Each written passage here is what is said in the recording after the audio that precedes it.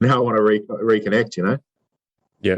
No, that's a great point. It is the busiest time of your life, and I never really thought of it like that.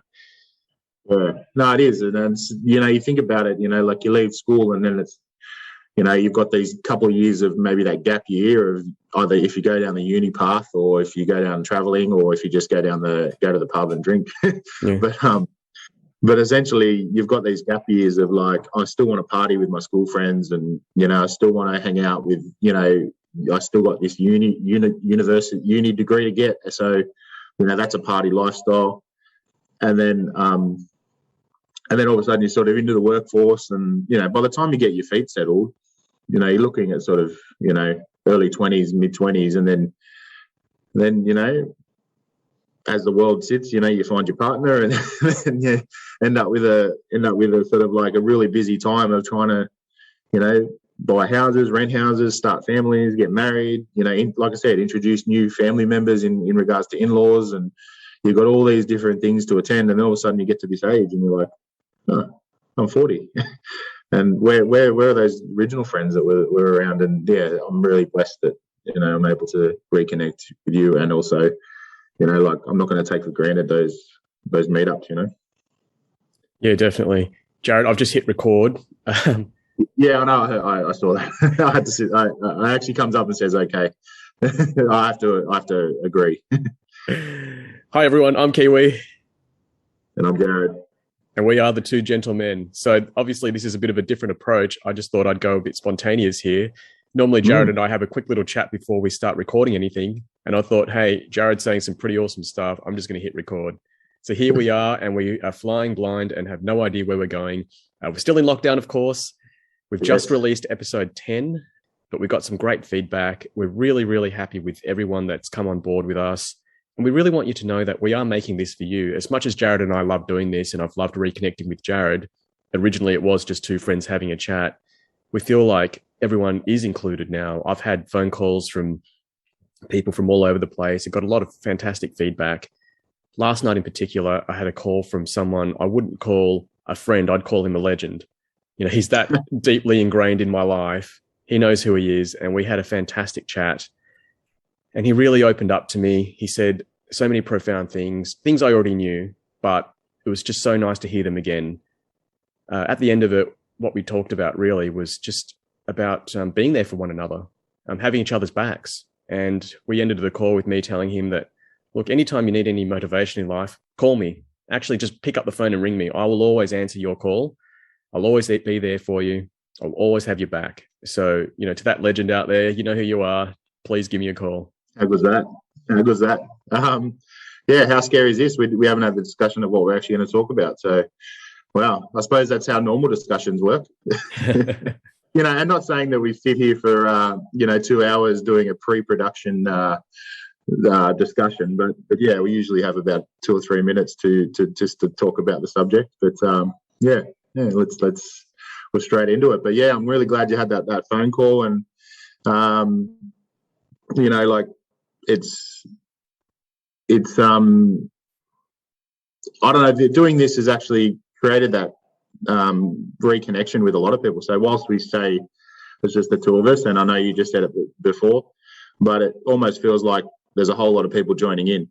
And it might be two of us here on the screen right now, but there seems to be a few people coming out of the woodwork and expressing that they're enjoying what we're doing, and some are even saying it's helping them with things and the way that the world is at the moment. It's it's a nice little escape. So I'm really happy. That's part of the reason. It wasn't the entire reason, but it was part of the reason was to reconnect and also if we could in any way sort of help anybody in any way, well that to me is gold. Absolutely, Jared. I had a conversation with my manager at work on it was yesterday morning, and I was thinking about my motivations for doing this. Like, why do I need to talk to somebody? Why do I need to write a book, for example? And what I realized, and I feel that the same. Probably shouldn't speak for you, but I feel that you've got the same condition as I do. We both have a need to connect on a really large scale with people. We love people. You work with the homeless. I work with people with disabilities. we love people. I genuinely have an interest in everybody. I genuinely want to know everybody's story. And the reason why I hit record without your consent at the beginning or without any forewarning was because you were saying something really interesting. You said that you've started doing a personal training group session, socially distant, of course, and how much of a blessing it was to interact with other human beings. They say man is not an island, and I think that's become really, really patently obvious in lockdown. Can you just expand on that, Jared? How much you get out of spending time with other human beings? I can try. It's a personal thing, really. Like, I mean, it's always been an interest. And I know that's a very broad statement, but I can remember just, people watching, like, I don't even know what age I was, and I was just fascinated in just sitting there and, nothing, not there watching anything in particular or anyone, just watching, sitting at the shops and just watching people go about their business, and, a fleeting moment of someone walking past for that 5 seconds within your vision, I guess. I don't know. You're kind of like, oh, I got to, it sounds weird, but it's just sort of like that fleeting moment you're involved in their life. And then the next person walks along, and so you don't sit there sort of, following someone, for example, but you just sit in your spot and you just watch, the world go by. I think people do it at airports too. Like, I think, that's another topic, but essentially people watch, the emotions of human, saying hello or saying goodbye or return, all this sort of stuff. And I think it's a thing, I think people go to the airports and just people watch. And so I guess that's where the connection with other humans would sort of start for me. But, like for me, it's just like I like to try and help and, I don't know, problem solve a little bit. So for me, doing what I do for a living and also, just my daily sort of life, I tend to, that I tend to sort of go down that path of like interacting, and if anyone needs any help, I can try. I know I sort of babbled on a bit there, but it's essentially just it's within me that I like that human interaction, and it's like I notice my dad's like that, and my mum was like that. And I'm sure, my grandparents were like that. And then before, I think sometimes it's sort of built in. You can't really explain it. Yeah, that's definitely true of your family. I was thinking about how lucky you are to come from a family like that. It makes such a huge difference, doesn't it? Yeah, it does. It does. And it's not a taught thing. Like, oh, you must go and interact with people, and, this is how you have a conversation, or this is how it's almost like a natural thing. And I am aware that people are uncomfortable in, interactions, and what I am actually, concerned about is that when we, if and when or however, whatever normal is again, this whole isolation is definitely, there's going to be a hangover period after where, people have really struggled mentally with their mental health during this time, and then all of a sudden the gates will open. This is what I'm imagining. I don't know. Yeah. If normal comes back to normal, the gates will open and everyone can, like just the initial being able to give someone a hug or a handshake. Like that's been like no one's been able to do that for the best part of 2 years. Like it's just going to be this weird, awkward stage, I think. Yeah, I think you're right there. I haven't shaken hands with anybody for a long time. I've done the elbow touch. Yeah. But you're right with the hug. I mean, a hug is a huge thing. And you think about people who might not have that physical contact at the moment, how hard it must be for them. Yeah, it is. And I've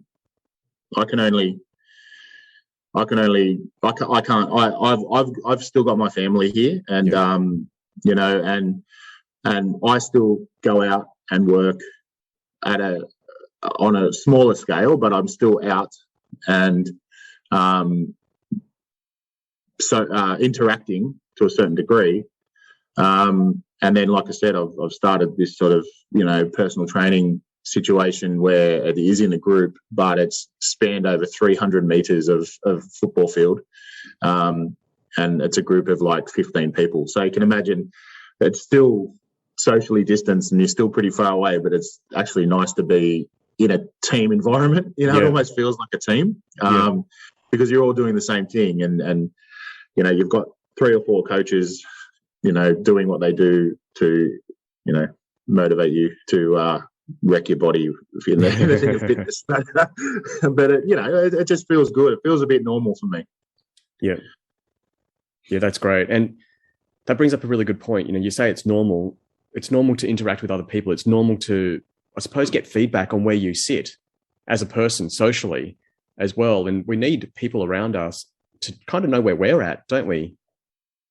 It's a gauge, I guess. And, you know, if you do or say something, you know, just for lack of better words, out of line, you know, you haven't got that, excuse me, you haven't got that, that sort of sounding board, you know, to sort of help out in that regard.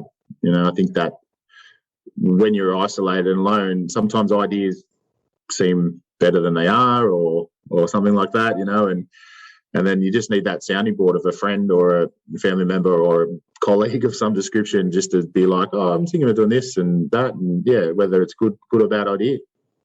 Geez, you bring up a really good point, Jared. I was watching something on YouTube the other day, and there was a story about this Australian family who went on a really bizarre road trip, and they kind of broke a few laws. In the end, nothing went wrong, but there was all sorts of stuff, a lot of red flags that happened, and none of it was explained. And one of the presenters said that there's a condition, I can't even pronounce it properly. It's a French term, folie à deux, I think, which means a delusion between two people.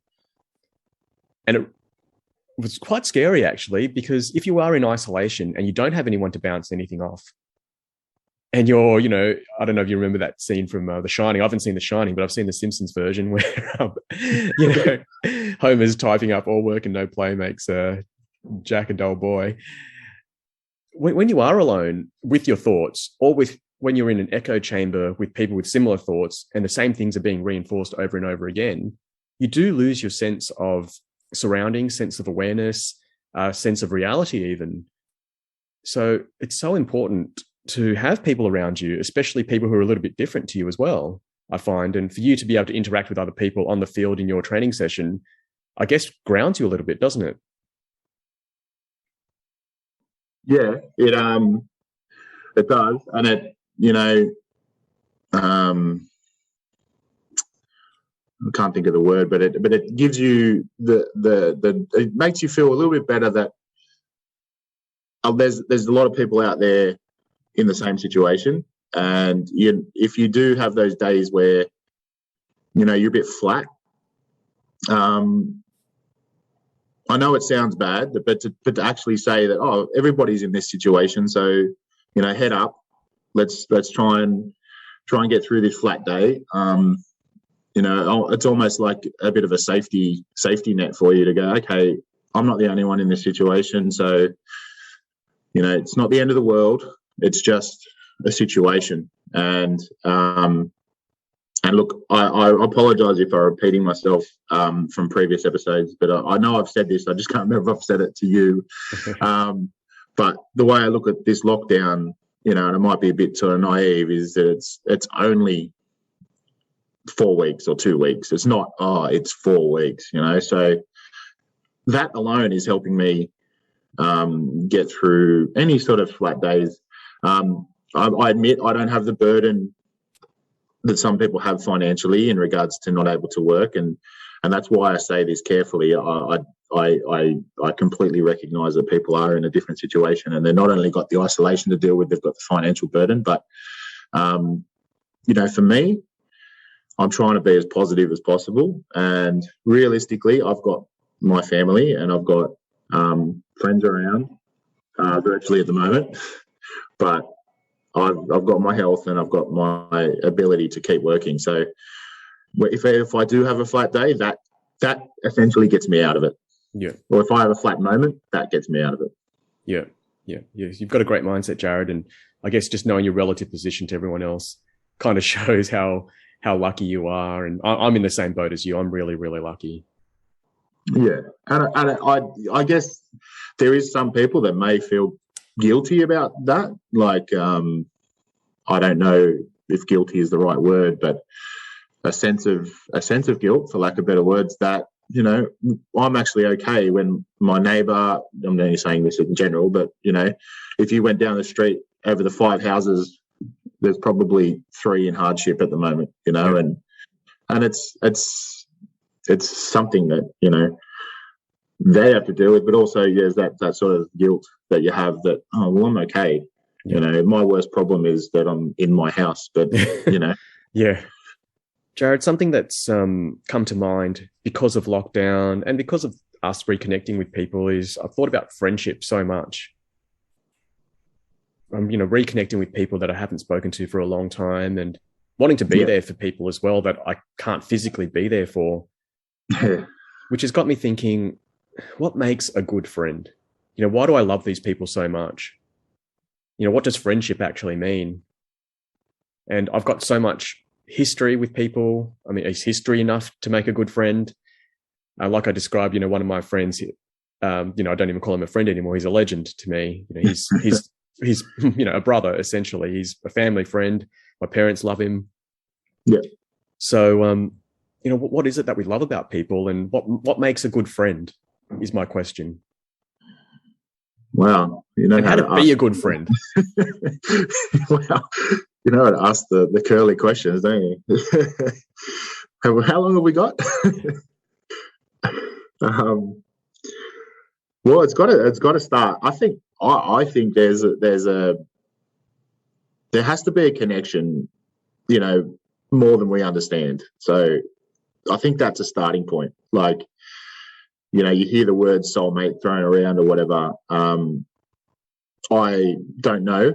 I don't know about that. But what I would suggest is there has to be some sort of connection, subconsciously, that we don't know. We're not meant to know. That's the starting point, though. That's of a really, really good friendship. I mean, not saying everybody you're friends with are soulmates, but there's certain people out there you just connect with and you don't know why. So there's that. But then there's, you know, I guess there's the step down from that. I guess there's just people that, you know, talk to you in that particular time in your life. So, you know, at school, for example, you've got a whole bunch of friends that, you know, we all connect in our different ways, but really you've got a group of people that you associate with mainly, and then you've got, you know, the rest. So I guess it's sharing. Yeah, it's the history is a big thing. But that you can't close off then and say, oh, that's it. I've got enough friends in life. You know, like it's, you know, like we've discussed previously, you know, you go through stages in life and you know, you pick up friends and then, you know, you drift away. That's a natural thing. And for that moment in time, that 1 year, 2 years, 10 years, whatever, that you hopefully you and they both you nourished each other, you know, like you've said before, you know. So you know, it's all about that, I guess, and it's all about it's really, really hard to sort of put it into words. I don't know if you can, because you asked the question, so hopefully you have some sort of answer to it, or I don't know if that was a question of like, I have no idea, dude. Please tell me. Yeah, it was a question for you, Jared. I'm just trying to learn. I think I've babbled and I have no answer to that. I'm trying to learn how to be a better friend to people. I really, I feel like there's a lot of people in my life who deserve so much, who are just wonderful human beings, and I want to serve them as best I can. And you used the word nourishing, and I think that's really important. I'd like my friend, whoever it is that I'm with, or friends in a group, to all go away after our meeting to feel completely nourished. I've heard the term hard work before. I'd hate anyone to describe me as hard work. I'd hate them to say, oh yeah, Kiwi's coming over for dinner. Oh, why don't I invite that guy? Kiwi's doing a podcast with Kiwi. God. Yeah, exactly. How am I going to get through this? And so that's how I think friendship should feel. But how do we do that? how do we feel that we've eaten from the same meal? How do we feel like we've gotten something out of it? I look at, what you and I have done. What I've really enjoyed is the space we give each other. Going back to one of our earlier episodes where I used Erica's term, which she used to someone else's term, of holding space for each other. And the conversation I had with my legendary friend last night, it was lovely. And I think he really felt heard by the end of it. And he also brought up a really good point to me. He said, when you run out of that energy to put up a fight, to put up a front, that's when the depression kicks in. And it really hit me. It made me think, wow, like we put in so much energy to put on a front, to show the world I've got it together, or to tell our friends, I'm successful. It's this signal to the world that I'm okay. Don't worry about me. I've made it in life. And I imagine that there's so much anxiety and depression that comes from keeping that up, like he mentioned. So to have a true friend where you can let your hair down, where you can just be yourself and just go, hey, Jared, I'm really struggling here. Can we just have a quick chat about this? Or look, I'm feeling pretty flat today. I just want to let you know. And, not begging for attention or anything like that. Not a woe is me story, but just to let people know how you truly feel. And then your friend is there for you. And not providing an answer or anything. I can't do anything for this friend. I'm socially distant from him for a start, but what I can do is just listen. And once somebody gets that off their chest, all of a sudden they feel better. So I think holding space is a great way of being a friend for somebody. I just picked up a lot of things from that, what you said, but essentially I did pick up, we joked about it, but the hard work side of things. Now, in my thought is, as a friend or as two friends, and if you do, call me in a moment of crisis or happiness or whatever, it shouldn't be hard work to answer the call. Shouldn't be hard work to come and say hello. Shouldn't be hard work to drop over their house back when we're back to normal again. And that holding space is actually something that I'm starting to try and use in my life. So, whilst we've been doing this podcast now for a couple of months, that is something that I've actually incorporated. So I've learned from you. So, / Erica. Or / whoever she got it from. But yeah, it's something that it's important, and you sort of said it as well with the whole, once people sort of unload their issues or happiness, even it's happiness as well, they feel good, and so even if they have talked about a bit of a prickly subject that isn't one that you would share with everybody, there is a load that's lifted. And you don't have to, like you said, you don't have to build those walls up, that front up around, like I don't have to do that around yourself or a bunch of people that I know. It's just, me, so that's me. So if I'm having a rough day, I'll say it. I don't have to pretend that I'm not. So we spend a lot of time, as you mentioned, we spend a lot of time going around doing our business, and especially at work, you get to, again, I can't talk about the normal times, but you go to the office, you've got 50 people you might run into during the day, plus if you're dealing with clients, and you've got to have this front up, because if you're completely open and struggling with something, you can't show that professionally. It's just not, whether that's right or wrong. I think workplaces do attempt to, there's every workplace has got a HR, every workplace has got counselling, every workplace is, well, not every, but there's things in line. But you tell me a person who feels comfortable to go to a workplace and then talk about their problems to a counsellor who's employed by that same workplace. Like, that's a tough thing for somebody to trust, so that's where friends come in, and that's there's going to be no judgment or repercussions of what you've said, because it's just you letting out some, happy, sad emotions, whatever they might be, which you can't do in the workplace. And like I said, you spend 40 to 50 hours in that workplace per week. Like, that's a big chunk of your life in that workplace. So to put on that front, and this is just one aspect of life, but if you put on that front for that whole time, that can be draining on people. Absolutely.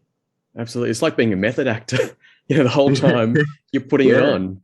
Yeah. And like, you can't fully, if you're having a wonderful day and a wonderful experience, and whatever, your wife's just had a baby, or you've had this wonderful experience, and yes, you get congratulated as humans to another human saying, "Oh, that's amazing, well done." But you can't walk into the office screaming and yelling and carrying on and cracking open the beers and all this sort of stuff, because it's a professional thing, which is fine, but it's just that whole facade of like, yeah, I'm happy, but I can't show you how really happy I am. Like, it's when you actually get home to the people your friends and your family, that you can fully unwind and open up essentially and enjoy that moment.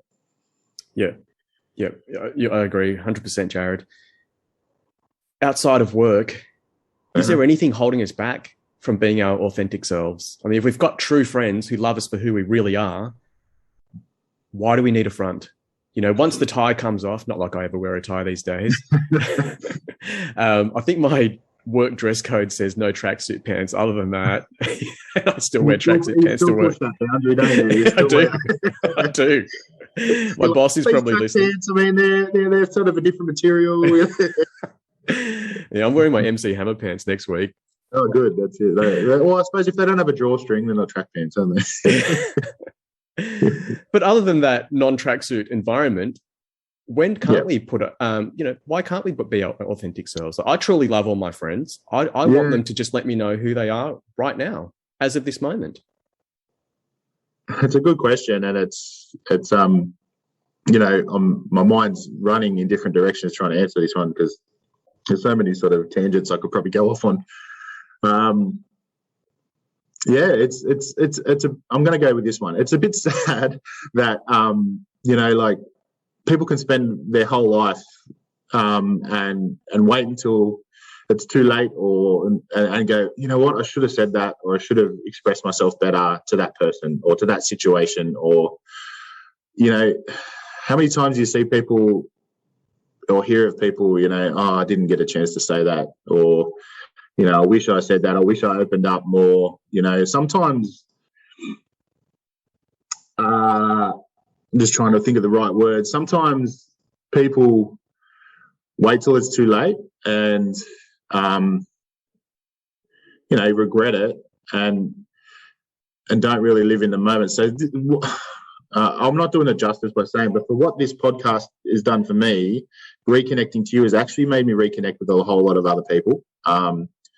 And I'm actually really grateful that if that's all I get out of this, then I'm a happy man, because I wouldn't have made that phone call. I wouldn't have, got into that person wouldn't have started a conversation with me without me and you doing this. So it's taught me to live in the moment. Like, for example, I made contact with somebody he contacted me, and then obviously a few messages back and forth, and he lives interstate, but he actually lives near my brother-in-law. So when I go to visit my brother-in-law, I'm going to go visit him, and that wouldn't have happened without this. So I guess the long way around, the point I'm trying to make is just take the opportunity to see people when it arises, or talk to people, whether it be online, phone call, or like I said, or see people, because I think you risk leaving it too late. And and I'm not being dire saying leaving it too late. I'm saying, like, that person has moved away, or has lost your phone number, or has decided they're not going to answer your messages because it's been too long. So take the opportunity, and grab it with both hands. And I think your life will be a little more positive. If that's, and mine has been since I've started doing this. That's awesome, Jared. I think that should be everyone's homework. Think of a friend, whoever it is that you've been wondering, wonder what that person's been up to. Give them a call. Get in contact with them. Yep, totally agree. And I've actually said that to somebody. Like somebody contacted me and said, I'm going to message some friends, and I said, go for it, mate. We're old enough and been through enough now to like, I think everyone would be happy to hear from an old friend. I wouldn't imagine, there'd be any or any negative thoughts. Jared, I'm just on my phone. I'm just looking up a question from one of our listeners. Now, she's a new friend. I've known her for about probably 3 years now. She said I'm allowed to use her name. So Hannah, here's a shout out to you. Lovely person. We met at a campsite. We started surfing together. She's way better than me, by the way. I'm just letting you know, just being honest. Lovely, lovely human being. And she said, I have a question for your podcast. I spend a lot of energy focusing on existing long-distance friendships than I do making new ones. What is your opinion on this? Do you think it is more important to focus on where you are currently than vicariously living through past relationships? I know we're right at the end of this episode. I just wanted to let you know, Hannah, that we are thinking of that, and it does tie into everything we've been talking about. I don't think we can address it right now, but we definitely will get to it, and it's a really important question, and it's something that I think about too. Yeah. Let's bring it on for the next episode or an episode in the future. Yeah, but we are thinking about you, Hannah, and I really appreciate all your support. And to everyone else out there who's listening, please drop us a line, get in contact with us. We'd love to hear from you. So we're on Twitter, Facebook, YouTube comments. You can just leave one there, and we'll do our best to get back to you. We'd love to hear from you, and you really mean a lot to us. I've seen some names that I haven't seen for a long time. In fact, and this isn't a joke, last night Jared sent me a screenshot of someone who'd made a comment on our Facebook page, and I actually dreamed of that person. So to my old Bosnian friend, it was really, really great to know that you listened to us, mate. I hope you're playing guitar still too, mate. That's cool. That's really cool. And there's that whole connection there, isn't it? It's, you can't explain it. You dreamt about it. Yeah, crazy. This is very, very crazy. Unexplainable. Yeah. Jared, thank you so much for your time. Thank you, mate.